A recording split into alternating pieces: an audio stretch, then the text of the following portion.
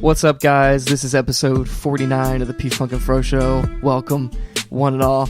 This week we've got none other than my dad as a special guest. A teacher of 14 years. He's running the Flying Pig Marathon coming up in a couple of weeks in Cincinnati. 26 miles. We're very excited to have him on. Anthony, what kind of stuff did we talk about this week? We talked about enlightening, healthy things. Self-betterment in general. Self-betterment in general. Things like marathons, the Flying Pig that's coming up that he's running in. And how does one prepare for one? Exactly. Marathon. Lots of healthy living and lots of practice. And life improvement.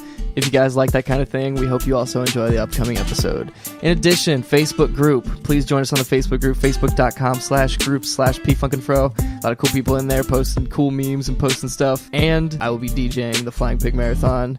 Site details yet to come, but I hope you come to the Pflum and Fro booth and say what's up. Enjoy the episode. Oh, yeah.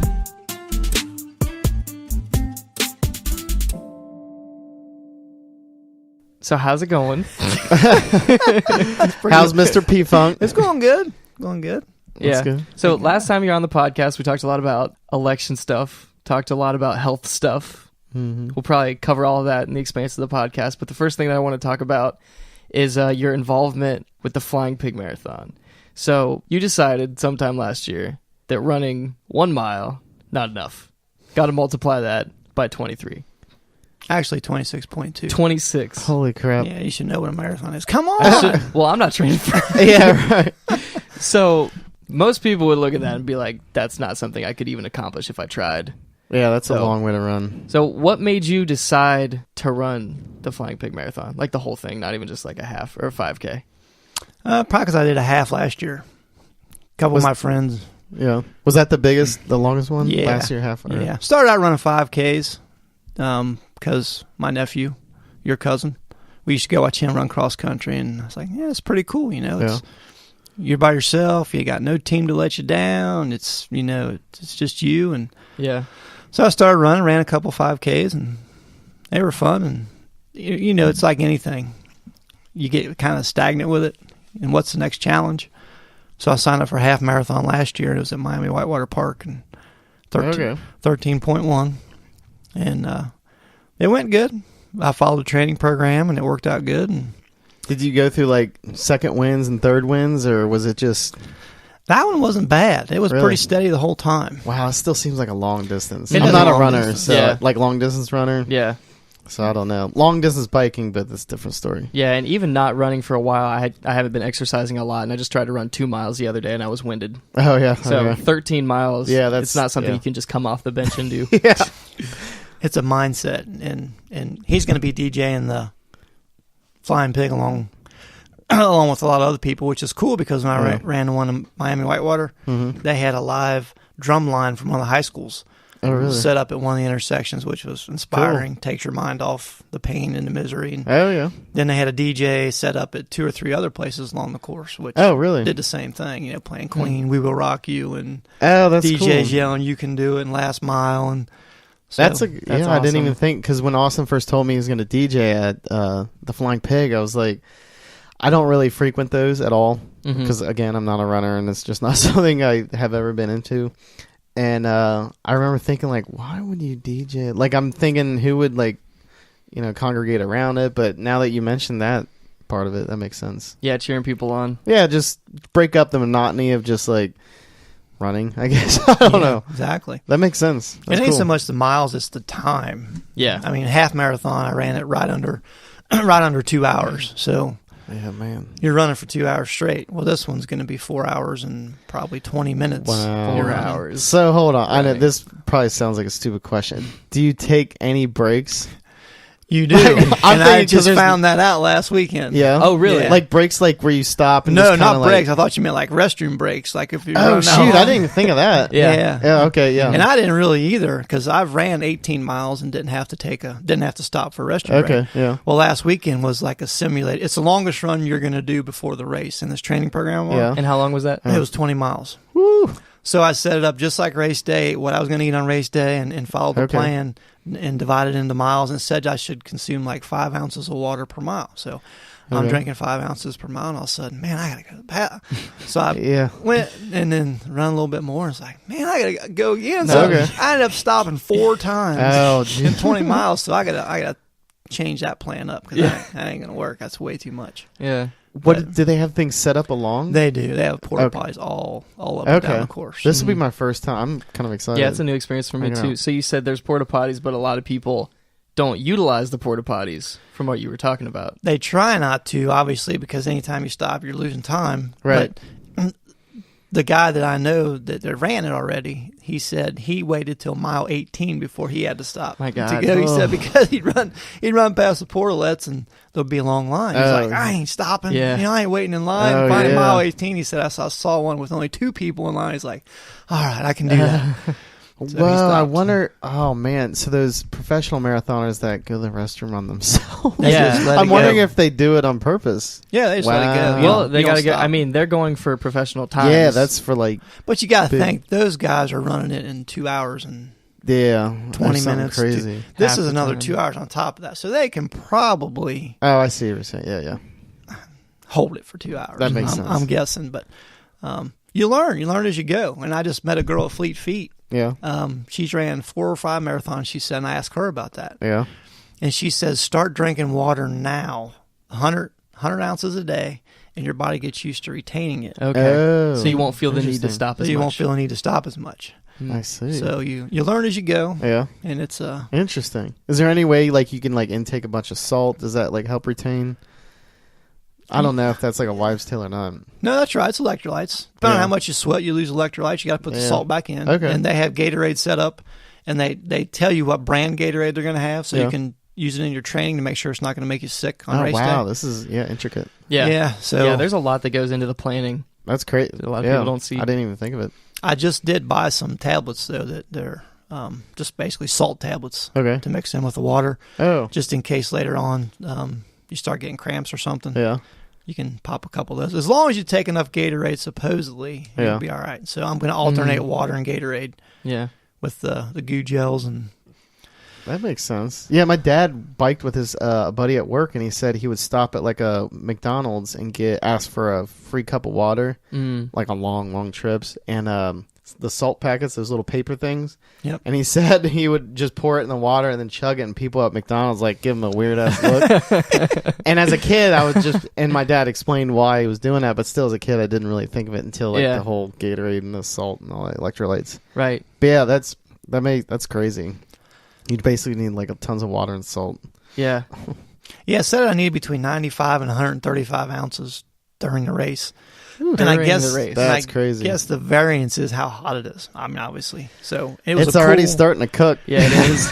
It was a cool morning when I ran, though. See, and it started heating up toward the end. But so I'm guessing that's why I didn't. Oh, that's right. So when does it start? It starts at 6:30 in the morning. Oh, the Flying Pig. Yeah. Mm-hmm. Oh, okay. So that's not too bad. So 4 hours into that wouldn't be. It's not like it's going to be baking at like 1, 2 in the afternoon. Yeah, but then so you would have to make sure to drink not as much water maybe because you wouldn't burn as much off. Exactly. Oh, yeah. Okay. It's a game. That is a game. Wow. Yeah. That's a lot to take into account. I wonder. And if I'm a rookie. This is just I know. Just learn. Trying to train for the first one. Well, it sounds like you're doing a good program, like training program. The guys that do it, they got it down to the. Down to a science. Yeah. But that goo, I don't know, have you ever eaten any of them Goo Gels, them exercise packets or anything? Mm-mm. If you go on their website, you can click on what you're doing, if it's a marathon, a bike race, whatever. Yeah.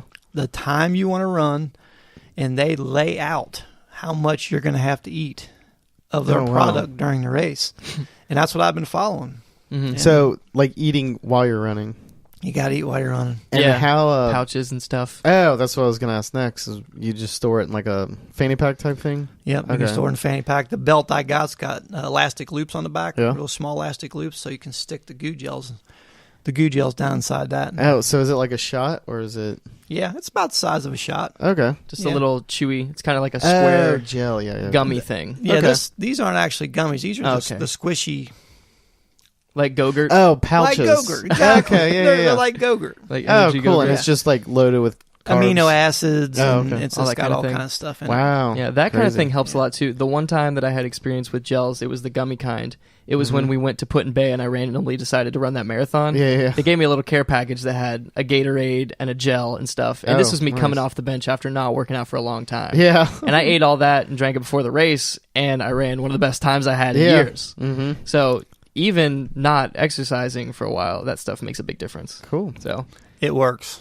Yeah. It really does. It's crazy. There's natural alternatives to it, and some of the books I've been reading says you need to try and get away from that because the artificial colors, all the sweeteners in it. It's supposed to be as natural as it can be, but there's other alternatives. But for now, it's like that's the most efficient. Yeah. Just rip the top and eat it and go on. Yeah. But it does. You'll feel yourself coming down a little bit, and then you're supposed to eat one every 45 minutes. Okay, that makes sense. So, and then the next thing you know, you're back in cruise mode and you're feeling pretty good. And, oh, cool. But they work. They really do. Huh. Yeah, I might have to look into those just for my longer trips, my biking trips. Yeah. 'Cause I did a 30-mile bike trip thinking I was like up for that because I've been doing these like 18 Yeah. And halfway through on my return, it was just terrible. Super out of energy. Oh, yeah. But I ate Mexican. So I went from Waynesville to Xenia, ate Mexican because there's a Mexican place up there that's excellent. It's really delicious. Mm-hmm.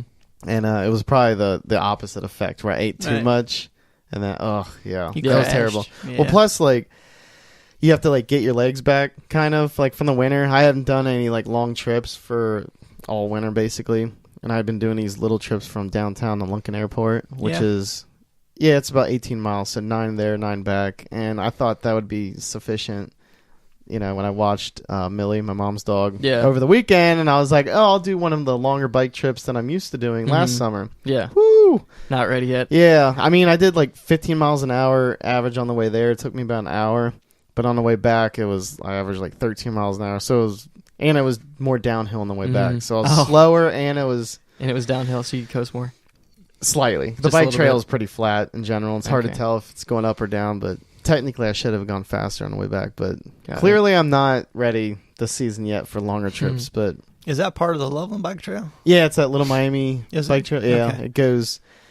Usually I would get on at South Lebanon and go places like through Loveland or the other way to Oregonia. But there's no way I could bike to Xenia unless I took like all day. Mm-hmm. But so I just drive my bike to Waynesville. And then it's just a different stretch because I'm so used to the other ones that when I was up there, I was like, I want a new one I'm not used to. And I was dogging it on the way back. Yeah. So speaking of all day, you talked about how long the runs end up being. And it's not just the race, it's the training. So you ran 20 miles the other day and it took how many hours? Yeah. 3 hours, 17 minutes. So it's a long time. Kind of ties into the first question. So Ashley, my sister / your daughter, asked a question on the Facebook group. Do you ever get bored with your training? And if so, what motivates you to keep going? So you're running, an hour passes, 2 hours pass. It's not just like a physical commitment that you have to make, but it's a time allotment. So during that run, do you get bored? And if so, like what kind of mental exercises do you do to keep you going? Or do you just forget? Well, do you listen to music or? I don't. Okay. I never have. Really? All this time, all these hours. As big a music fan as I am, I've never listened to music. Huh. I don't know if it's...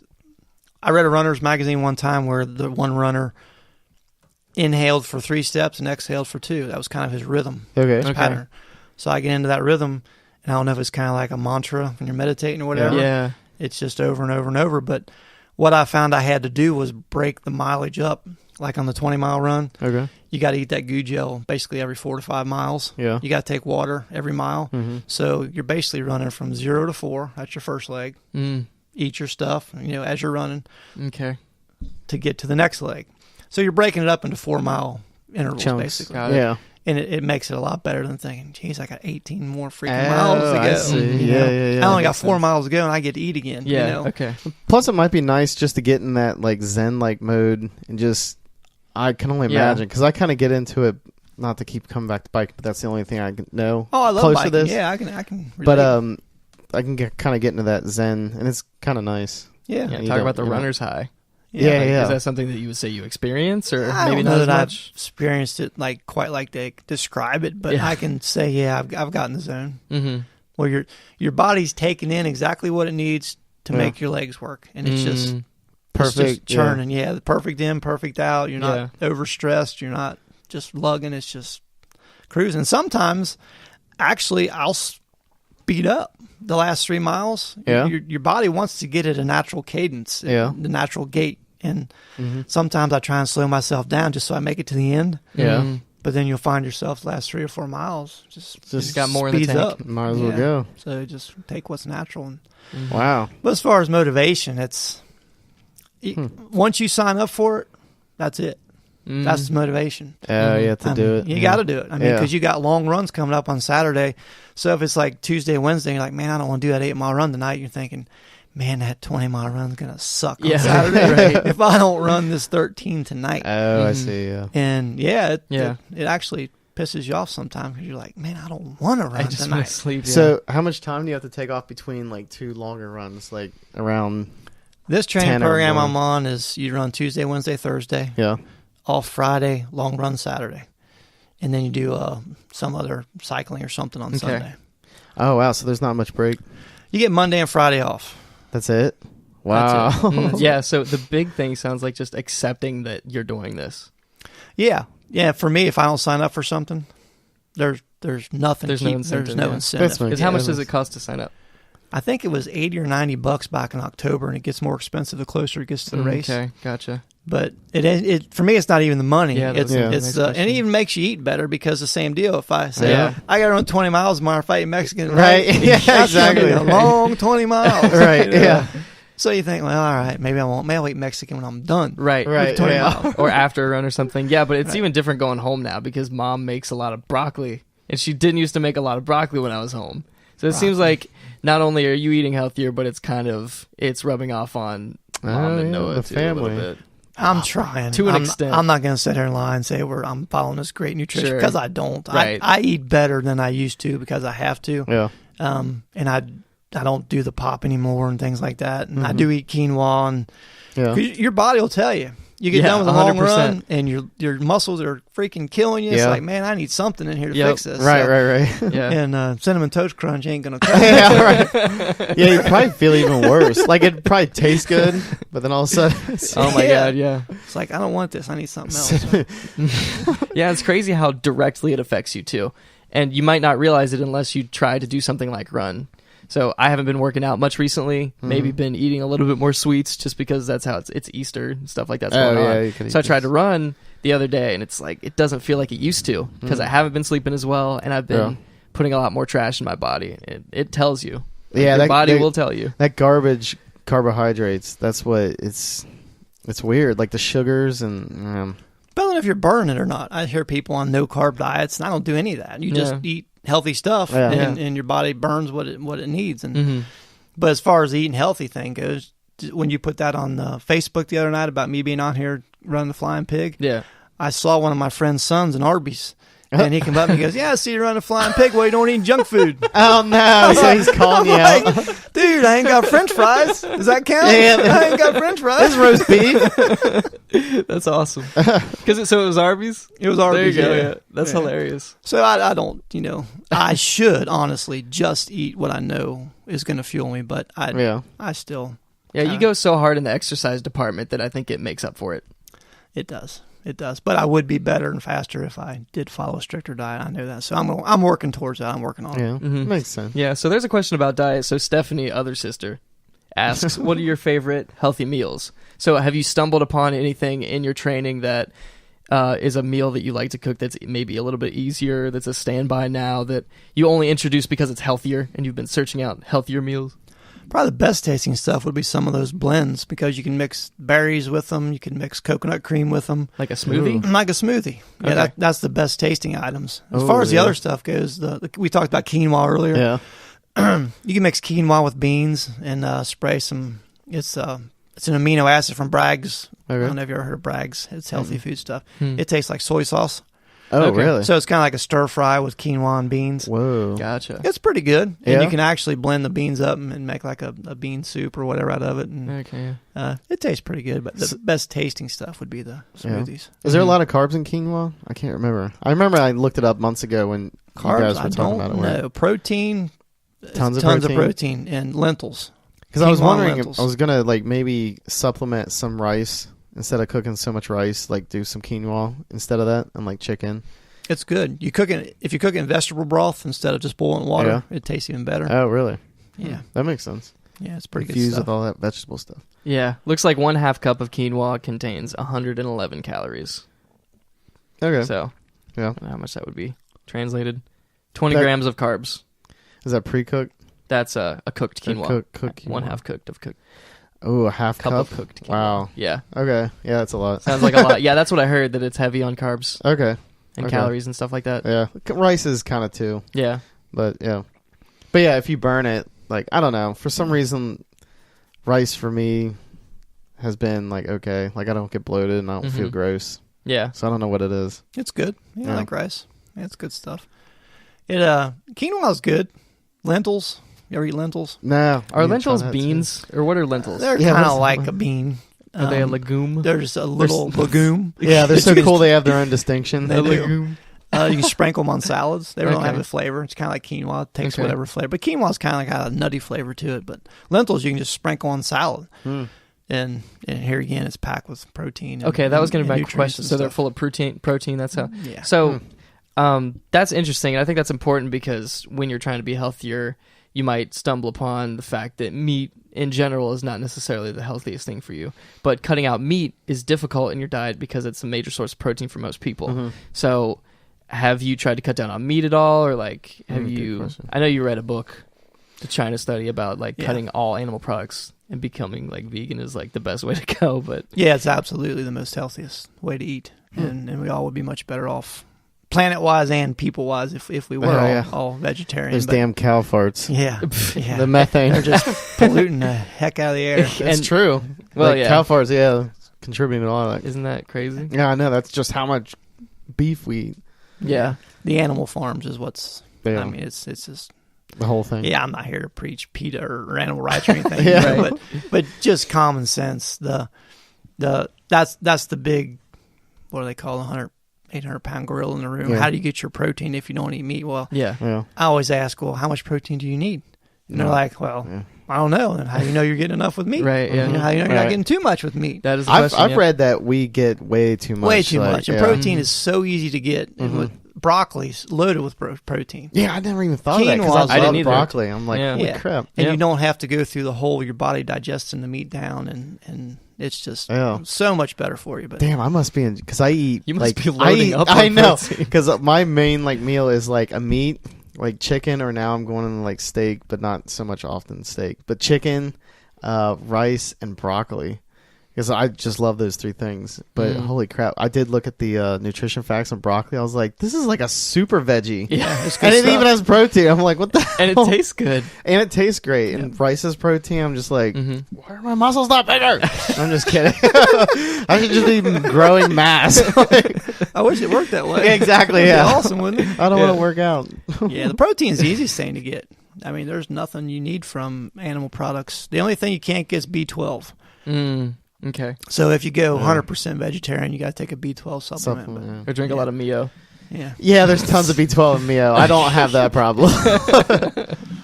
Yeah, that's interesting. Yeah. That's funny that you say it's the easiest thing you can get. I think a lot of people would be surprised by that. Yeah. Yeah, it always Yeah. seems like protein's the more expensive part of a meal. It's like, add the protein, Right. like at restaurants and things like that. But yeah. Yeah, cows get the protein because they eat the grass. Right. Yeah, it goes in. It really that's where it comes from. And you Converts. talk about some of the strongest animals on the planet, gorillas. They're all plant eaters. You know, there's other. So So it just makes sense. it's not a problem fueling your muscles. Basically, is what I'm saying. If Right. you just eat plants. Yeah, And I mean, that's look at a brontosaurus. Yeah, look at Brontosaurus. It's like Yeah, the biggest plant eater in the world. ever. That sucker's fat. There's a cut back on the protein. Just eating damn leaves. This is Brontosaurus. Right. Exactly. I never thought of the Brontosaurus aspect. I mean, long live, rest his soul. But the poor brontosaurus, biggest damn cow we have.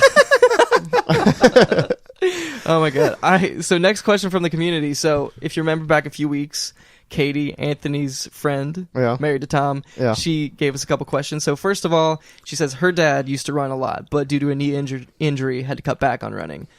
She doesn't know how long you've been running, but have you encountered any obstacles, physical or otherwise, that have made you think about quitting? So any leg or knee injuries or anything like that? Tweaks. Because if you're not careful, it's really easy to do something like that. Yeah. Every time I run, I get a new injury. Oh wow. I would say injury, but little pain here and there, but nothing major. I think the key is proper form, proper shoes, and take it slow. And I know people that run in their 90s, running marathons in their 70s and 80s. The whole tearing your knees up, I believe, is also a myth. I was going to ask you. Really? Okay. I've read that a lot. I don't know. I can't speak for somebody that's got a knee problem, but I had a knee problem. So I did what everybody else does. I Googled it. Come to find out, most knee problems stem from hip, either being out of line or muscles. Okay. So I started doing exercises to strengthen the hip because it allows your knee to turn and twist in a way it's not supposed to. Once I did that, my knee pain went away. Because I've heard like things like just walking styles and like types of shoes can even affect like your back and like all the way up. It's crazy how it's all tied together. Everything is interconnected. Yeah, I realized that recently. I've been having a lot of wrist problems from typing and video games and stuff like that. Went to physical therapy and I'm doing stretches for like my mid arm and my forearm. I forgot all about that. Yeah, and it's very clearly helping my wrist pain. Because I haven't heard you complain about it in weeks. Yeah, right. So I didn't even realize. It's funny how like something in your upper neck can cause some pain in your wrist. And like how your hips can cause pain in your knees and stuff like that. Yeah. See, I read something that it was an issue of heel to toe, I guess, like the impact coming down, whereas like the body's naturally. This is just what I read, and it's the body's more natural running on the balls of the foot, and I'm like, that kind of makes sense, but it's like bro science. It's like whatever. There's nothing to back it up, and I don't remember.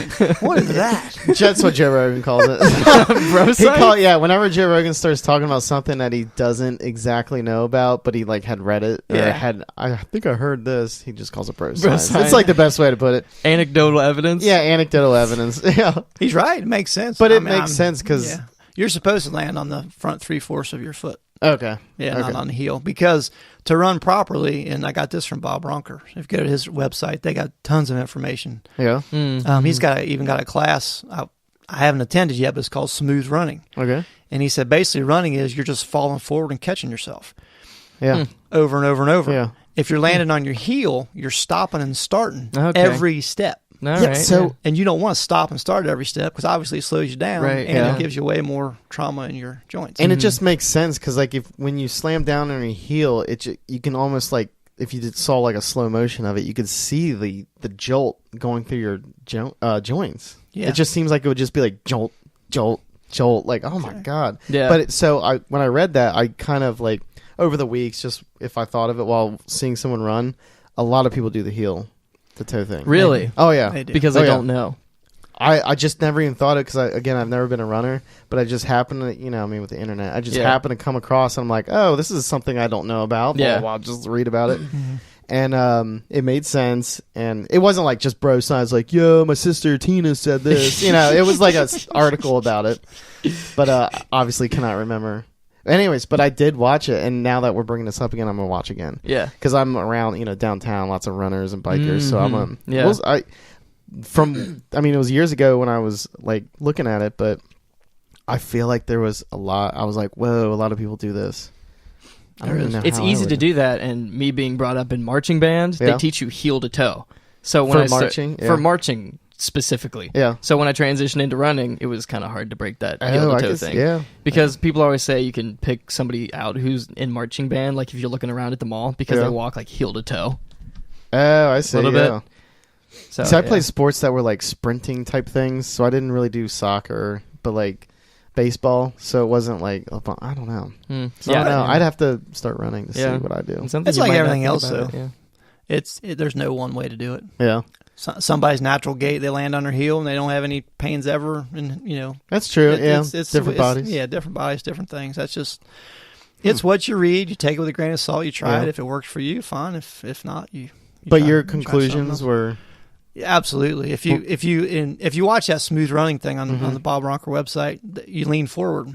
Not from the waist, but from your ankles. Your body's basically tilting forward. Oh, okay. And you're just catching yourself over and over, and you're not stopping and starting every step because that takes a lot of energy to do that. Oh, because it's like rocking almost. I can see that. So you can run farther and faster in theory if you do that. So, that's but it's like any sport though. You're going to have injuries. I might tweak my knee tomorrow and not be able to race or something. You never know.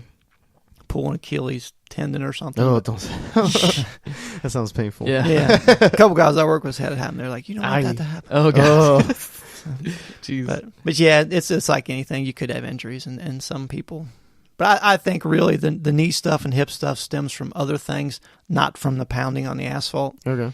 I think it's like an alignment issue or something. Okay, so you think running might just bring to light other issues that you already have? I think so, but I'm no professional runner. I've only just bro science. Just bro science. Just bro. Old man bro science. Yeah. What's Dad that science. called? I think I think of a it's name. dad science. Dad science. Nah. Dad science. We need something cooler than that. We'll figure it out. So, Katie, thank you for your question. Katie actually asks a second question. Yes, you can ask. Katie, too many questions. Too many. We're going to have to start cutting you off. Yeah, we're going to have to. I'm just kidding. We love your question. Yeah, so she asks, did you run track or cross country or any sports when you were in high school? If so, what events or sports? I ran track all the way up to 8th grade, and I ran hurdles, actually. Oh, real? Yeah, 110-meter hurdles. And never lost. Actually, I lost twice, but I you beat him up at the end. I didn't lose much. Not enough to mention. And I ran cross country up to the 8th grade, but it was funny because in the 8th grade, the cross country course was, I think, 1.8 miles. When you went to high school, it became 3.1. Yep. And I said, screw that. Screw that. Too much. I'm not running 3.1 miles. Yeah, and now you are running 26 miles. Right. It's funny how things change. Mm-hmm. Perception. Yeah. Perspective. Yeah. But back then, I had basketball, baseball, racing cars, racing bicycles. You know, once you get out of high school, you can't play all that stuff. At least all the team sports as much. So you got to find something to fill the That's fill true. the void. Never really thought of that. Mm-hmm. Yeah, we'll talk a little bit more about filling the void in the second half of the episode, but I think it's time to take a break. Oh, yeah. Cool. We'll be right back with episode 49 of the Pflum Fro Show.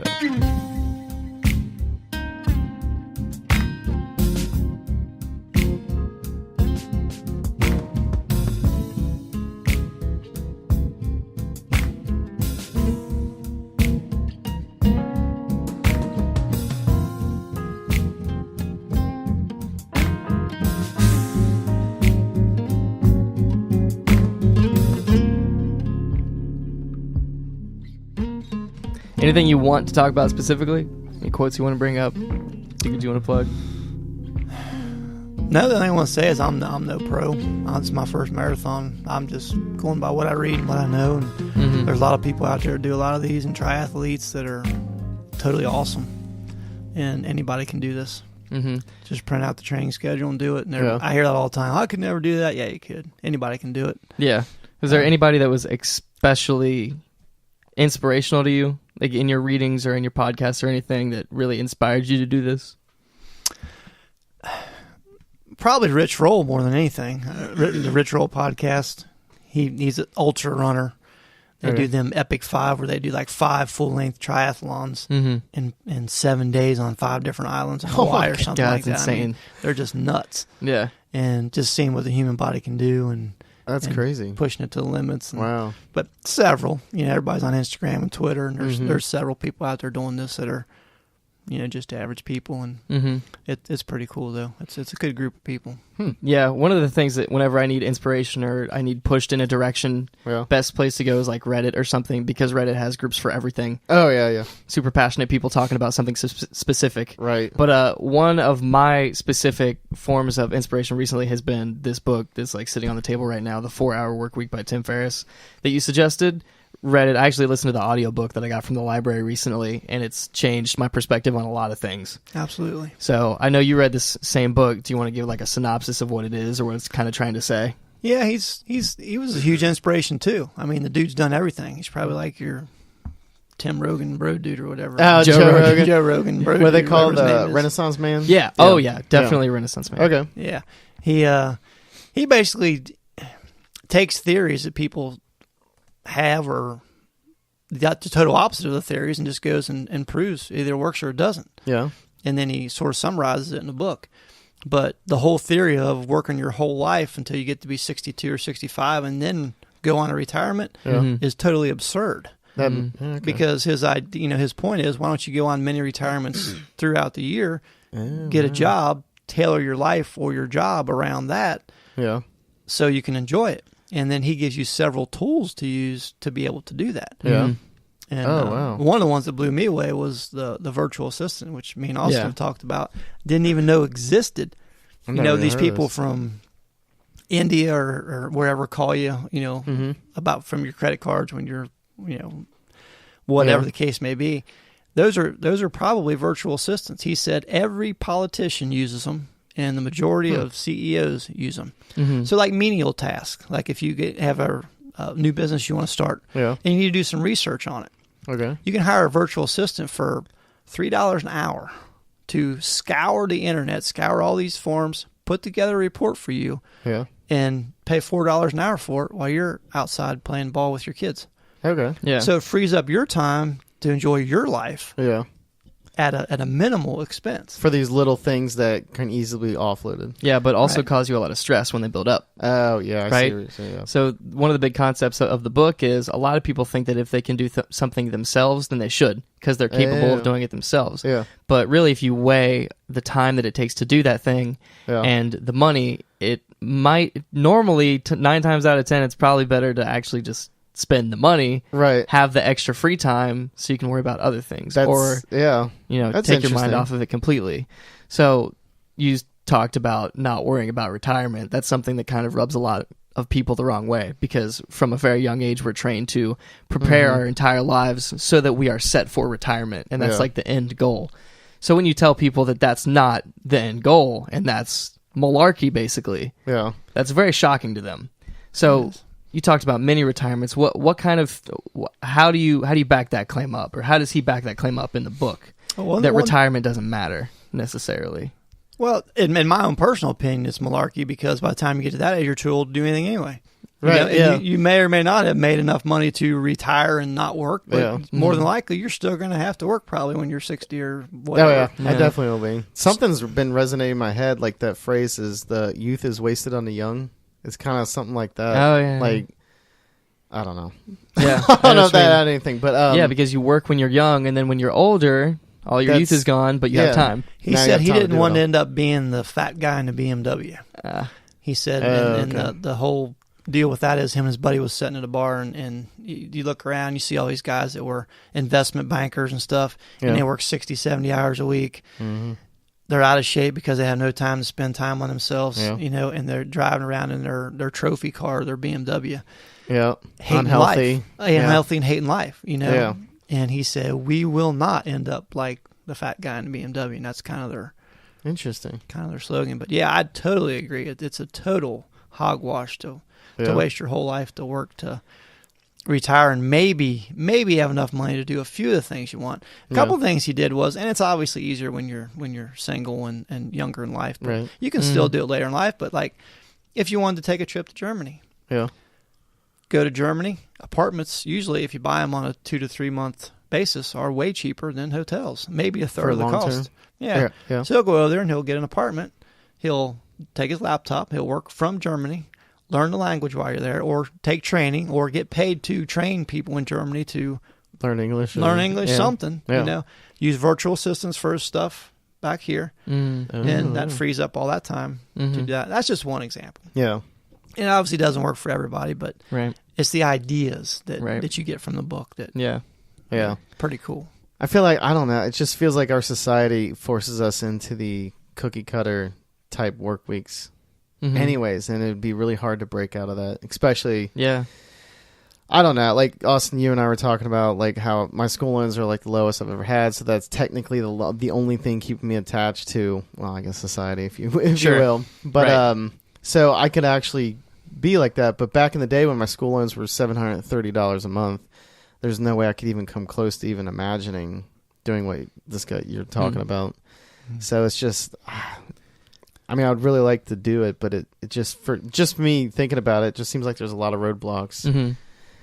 There's ways around it, Yeah. and there's never a good time. That's another point in the book. Oh, You yeah. know, well, wait, I'll Yeah. get this paid off, and then I'll do it. Or I'll wait, I'll get this much money in the bank, and then I'll do it. There's never a good time. That's true. And you say a lot of times people will take like backpacking trips or hiking trips, or they'll go skydiving or that surfing, the body surfing stuff. With, you know, and it'll just absolutely change their life because they're enjoying life, and then they think about going back to the mundane 70-hour a week And it's terrible. rat race. Yeah. It's like, I can't do that anymore. Right. Yeah. Yeah.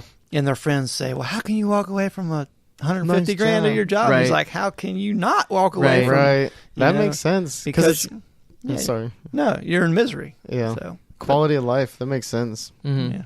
And that does suck. Like if you just, we're stressed, working like 60 hours a week, and then, you're 65, and all of a sudden it's just blah. Yeah, well, now I have time to do stuff with all this money. And now I'm like overweight. But exactly. Yeah, and it's and it made me realize, like, okay, I get up and do something for 8 hours a day that I don't necessarily have a passion for. Right. You know?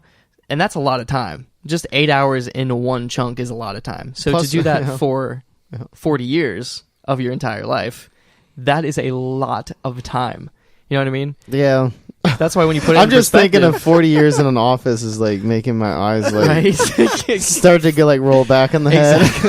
Now that you're saying it. Yeah, so what you said about the $750 student loans, the first thing it has you do in the book is like write out all the money that you would have to make in a month in order to get everything you want. So if you want to pay off your student loans, you want even like a Lamborghini or something like that, you want a house, you want all this stuff, write it out, figure out how much it would cost, so then you can start planning for how you're going to make that money. I see, yeah. And he breaks it down to the day, which I like. How much money you have to make per day? Yeah, I love that. So I love breaking it down, daily things, just expenses and income. Yeah. Right. Yeah. So then you think all the things you can do that you have skills for, maybe I could teach guitar lessons one day, maybe I could take bike tours another day for $50 or something, and it starts adding up once you figure out, okay, per day, how can I make this much per day? Yeah, I probably can. Well, shoot, my 221 a month divided by 30 wouldn't really be much at all. Right, per day, exactly, yeah. Well, I guess I gotta eat. Yeah, and drink some beer sometimes. No, I'm just That's probably include that. 1 beer per day, and then that's a stretch. Yeah, some rice. I'll be good. Yeah, no, I'm just kidding. Yep.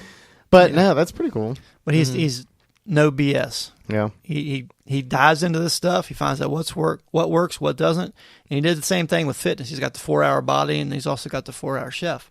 And I used a lot of his training ideas. That kind of got me motivated too. So is the 4-hour like a direct thing, or is that like like the title of the book, the 4-hour work week? Is it a goal to get down to just 4 hours of working, or? Well, didn't he say originally it was the 2-hour work week? Because that was actually how much work he put into his business that he owned at the time. But it sounded like too big of a stretch. Oh, so he people? made it. So he made it the 4-hour work week, because that's interesting. The goal of the book is really weighing your time and prioritizing time more than money. Yeah. So if you make this much money and you divide it up and you make enough money to have everything that you want, how do you get that in as little time as possible? Okay. So that you can do everything else that you want. I was wondering how it related to all this. Yeah. So he legitimately worked like 4 hours a week running his company. But it didn't start that way, right? So he was originally super stressed, doing all these unnecessary things for people, but he just started cutting his losses, cutting the big sores, and the customers that were causing him a lot of problems. Yeah. Just because they're customers and they make you money doesn't mean that they're worth the stress, right? Right. So it's questioning those beliefs and everything. Oh, I see, yeah. Cutting it down so that you're happy and you make enough money. So you might not be a millionaire. Right. But do you really need $1 million? Yes. It's like... So you may make less money, but your quality of life actually goes up. Right. Exactly. Yeah. Okay. Because you got more time. To do what you want when you want. Yeah, because like Austin and I are always complaining, like we wish we could have like time to just like do this project for a second. Because like I'll get like engrossed in something, but if I don't get home from work, like if I do something afterwards or exercise, and all of a sudden after making and eating dinner, it's 7 o'clock. Do I really want to start like a project? Right. Like, or do I want to watch a movie and go to bed? And it drains you. Right. And then that just happens over and over again. So I like these concepts. This is pretty neat. Yeah. He's got super inspiring. He's got a new book now he got me for Christmas. He put it together. It's called Tools of the Titans. He's got his own podcast. Yeah. And he's interviewed the top level performers in every area. I forget, I think it was over 200 and some interviews. And he condensed it down to this book. Yeah. And it's like the how-to of everything. Oh, so it's the people that shortcut. Are like, yeah. Like learn a foreign language in 6 months. Yeah, short and where it can be fluent. Speed reading, just reading that. He just brings up something real quick on just a quick speed reading exercise so you can take in more information in a shorter amount of time. Yeah. I mean, it's everything. And then he dives into the health part of it. into the ketones and the all that stuff. And, Yeah. he uses himself for experiments. Goes in these hyperbaric chambers and tries stuff that supposedly works and does it or does it not. Yeah. So the dude just does it all. Yeah. So he's just guinea pig himself. Yeah. Yeah. Exactly. Pretty much. Well, I mean, I guess the only way to understand, especially with health and body, is to actually just do it. Yeah. Makes sense. And he's got a podcast similar to this one where he just interviews all these really interesting people. Oh, I see. So he gets to acquire his knowledge in that way too. That and keep bringing up Joe Rogan, but Joe Rogan says like he loves his podcast just because he learns so much because he feels he's ultra fortunate just to have all these awesome people come on, like Neil Tyson deGrasse, and where otherwise he would never have the accessibility of these people. Right. So that's cool. Yeah. He's probably similar to Joe Rogan, I would say. Okay. They're similar. Yeah, there are a lot of podcasts out there where it's just a host who's likable that has all these connections and just gets all these really interesting people. Puts them in the spotlight. Keeps, yeah. Feedback loop just keeps feeding itself. Exactly. And he then gets to glean all this information too. Right. Yeah. And that's in theory what he did with Tools of the Titans. Everything he learned. Is that the same author as the 4-Hour Work Week? Yeah. Okay. Yeah. Okay. Big old thick book. Yeah. Big And he old said thick just not only his books you sit and read front to back. You use it like a text or something. Yeah, or like encyclopedia. Like a tome. What do I need help with right now? Okay. Investment. You go to the investment section. Here's the top level investors in the world. This is what they do. Wow. Best practices. Same way with health and fitness. Mm-hmm. What he does, what works, what doesn't. One thing he does is he simplifies things down, just like the 4-hour work week, the 4-hour chef, the 4-hour body. Yeah. He I think it was Thailand. Was it Thailand? Kickboxing. Okay. Something like He was over in a foreign country and he wanted to become kickboxing champion. Well, these people were kickboxing for their life to work to the ultimate goal of becoming champion in a country. So he basically got the rules and read them and exploited the rules. Okay. Oh, I see. So the weigh-in for the... It says no nut shots. Yeah. Or no, it doesn't say anything about nut shots. So he just... this guy's wiping the competition. Nothing in the rules says a dog can't be a kickboxer. Yeah, exactly. He just brings it It's like an Airbud. That's right. That's right. So what? So how did that... So one of the things was weigh-in. They Yeah. weighed in a couple of days prior. Yeah. So he would fill up on liquids and his weight would be high, or vice versa. Okay. And then he'd put the weight back on for the match. So he just totally destroyed him. The other one was if you got pushed out of the ring 4 times, you're disqualified. So he just pushed him out of the ring 4 times on every match. Like that was his main goal? Yeah, okay. that was his main goal. So he became kickboxing champion of this country Oh my God. within like 6 months. Damn. Just because he used the information he had, he exploited it, and he probably knew the numbers of how many people he had to beat to get up to that level, the minimum. Yeah. I would imagine. So he does little things like that make him an interesting person just to read those stories. And Right. Yeah, I might have to reference that book. I might have to get into that. Austin, you said you had that book? I read the audio, or I listened to the audiobook. Okay. But I got it for free. You can get it for free through the library. Oh, cool. You can just rent it through their app or something like that. Excellent. Highly recommended. So yeah, I think the moral of the story is just question. Don't take societal norms for face value. Right. Think things through and figure out outside of the box ways to maybe make yourself a little bit more happy than you are now. That makes sense. And what do you want to do? Exactly. What do you really want to do? If you really want to do something, there's a way to do it and make it work. That's true. There really is. Yeah, and a lot of successful people take that first leap. They almost always talk about that. I wouldn't have been where I am if I didn't take that giant chance. Exactly. Yeah, and not afraid to fail. I say these things to myself all the time, but it's actually doing it. It's harder to follow. I hear it over and over again. Yeah, always harder to follow. Yeah, a lot of the big startups come out of like depressions and economic downturns because they have to do it because they lost their job. Yep. They're forced into it and sink or swim. Great things come out of it. Yeah, exactly. It's finding the right path. Which way do I want to go with this is probably the hardest part. Because like he said, if you ask the majority of people right now, what do you really want to do? If somebody put a gun to your head right now and said, tell me exactly what you're going to do if money wasn't an option, time wasn't an option, most people couldn't tell you. I see. Because they don't even consider the options because they think they have these set options that they've had since they were born. Yeah. They don't even consider. That makes sense. Yeah. Which is He's honest too. He said when you're writing down how much money you got to make, he said, if you want a Lamborghini, put down Lamborghini. He said, don't put down I want to save the world or feed the hungry. He said, be honest with yourself. Yeah. If that's really what you want to do, then write that down. Yeah. Meet Jesus. Yeah. No, I'm just kidding. And then go for it. So it's a cool book. Good guy. Great podcast too. Almost as good as P Funk and Fro. It's getting there. Yeah, so highly recommend the 4-hour work week. Definitely changed my perspective. So the last thing I want to talk about before we wrap up. The last time you were on the podcast, you talked a lot about running for the election, which you subsequently did not necessarily win. But what kind of takeaways did you have from running for that election? Would you do it again? What thoughts do you have about that? Do you have a new perspective on things after running? Yeah, I think the outcome was kind of what I thought it would be. Mm-hmm. It was close in my opinion, based on the prior candidates that have ran against her. Mm-hmm. I didn't think I would win. Mm-hmm. I didn't win, but I thought it would be close, and it was. What I got out of it was I feel like I'm pretty well respected in the community by my peers. Just by talking to everybody and the number of votes that I got. I think if it wouldn't have been a presidential election year, I may have beat her, or it would have been closer. Because everything was like charged left or right. It was charged, and 75% of the Republican vote was straight ticket. They didn't even look at the names. I They see. just pulled the lever and filled in the blank. That Right. makes sense. So if you actually had to go in and vote for people instead of just a party or a team. because you were ticked off at one or the other, then. I can totally see that. Because the people voting in a non-presidential are most likely going, they're actually probably going to do more research, and they're there for the smaller names. Especially this election.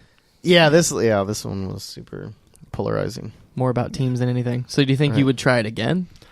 I don't know. It was a lot of work. It was very draining. The people on the party, the Democratic Party, are good people, and they've made some changes. They got some new leadership, and they're really, it's a good party. It's good people, but it's such a time commitment. And it is. You can and money. And you can make a change, and you can do great things, but it's a full-time job. To really do it right. Most people don't do it right. Mm-hmm. They just take the money and go to a couple meetings a month, and let's vote for this and vote for that. But to really do it right and make a change in Ohio County or in Rising Sun, it takes a lot of time and effort. And I have a lot of respect for those people that do that and put their time and effort in, because it's tough. Sounds like a lot of work. It was outside my comfort zone because I don't like bothering people. Right. Soliciting. And I knocked on every door. Oh, that's awesome. In town and several in the county, and a lot. I'd say 99.9% of them were receptive and genuine and nice people. No shotguns. Get off my property. We got yelled at once for you just walked on my grass. Does that not grow just all the time? Yeah. Is it a problem? Right. Had it been after the election, I probably would have spewed off a few choice comments. I am so sorry that I walked on your perfect grass. But other than that, it was good. It was a good experience. Cool. Yeah. It's really the outcome I thought. It would be close, but I didn't think I would win. Mm-hmm. Yeah. Well, if anything, I definitely learned a lot from it too, just from making the business cards and helping with the banners and the T-shirt designs and all that kind of stuff, and figuring out how to use social media for promotion and stuff like that. Figuring out how much I don't know, how much there is to it, and that whole process. It is definitely exciting. And there's a lot to it. There's a lot to it. But what I learned the most was the communication with the social media, because I'm not a Facebook person. I still don't like Facebook. But it's a great tool for communicating and getting the word out. Networking, no doubt. And it worked really well. And so I learned a lot as far as that goes too. But a lot of good people. Cool. Yeah, no doubt. Well, final question we got from Jim, pastor in Rising Sun. He says, Jerry's a great guy. Hey, what is the name of the podcast? To answer your question, Jim, this has been the P Funk and Fro Show. This has been episode 49. Woo! With none other than Jerry Pflum. Nice. That was a nice segue. Thank you for coming on. It's been fun. I hope the folks got some kind of inspiration from it. Maybe they're driven to go run. Maybe they're questioning their career decisions right now, like I am. But always fun. Always fun. Hopefully you guys enjoyed it. We'll be back every Friday, posting on iTunes and Android podcast services all around the globe and on Mars. Facebook group, facebook.com/group/pfunkandfro. Once again, I'm going to be DJing the Flying Pig. Location details to come shortly. And I'll be hanging out around his DJing. Anthony will be there too. Like a bum. I might have business cards. Yeah, and I might pass them out. Yeah. Some swag. Yeah. But until next time, we'll see you folks later. Later.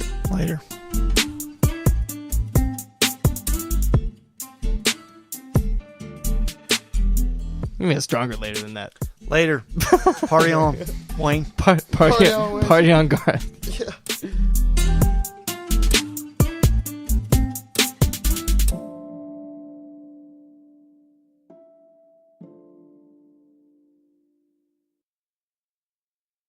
Went on a bigger trip too quickly. Didn't really work myself up. Anthony, we didn't mention Patrick on the podcast this week. B-list. So Patrick was trying to come up with robot names, or Bobby and I were at work trying to come up with robot names. And I think Bobby came up with, I can't even remember. It was like P. Sweeney 9000 or something. Dude, yours is easy. Yours is just Frobot. Frobot, yeah, it's pretty simple. And then Bobby's is Bobatron. You guys didn't think of a robot name for me? Let's see here. I guess I was off in meetings. Austin 9000, no. You can't just put 9,000 on everything and make it a robot name. Oh, I'm trying to think. Dang. Yeah, because Bobatron just rolled off the... Bobatron is just... That's just a nickname you would use anyway. Yeah. P. Sween 9000 is good. Peace. That's Patrick's, though. No, he said it was like...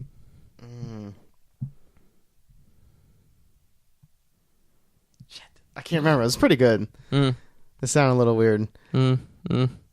See, not many things like go with like computer parts, I guess. Like not human names. Yeah. Like putting bot and like Tron. Yeah. But they have to go with the name. Ostotron. Oh, that sounds actually good. I like it. Ostotron. I could be a Decepticon. But Bobby might get jelly. Or we he might get pissed. We can be Decepticons together. Oh, yeah, that's right. Well, I think Oh, yeah. Maybe Bobatron is my Autobot analog. Yeah. Yeah, Bobatron would be more... It just seems more bubbly and friendly. Dad, if you were a robot, what would you be? Fluminator. Fluminator. There you go. High performance Fluminator. High performance Fluminator. All right, Anthony, I gotta go on a run. Right. And I gotta go home and do nothing. All right, get out of my house.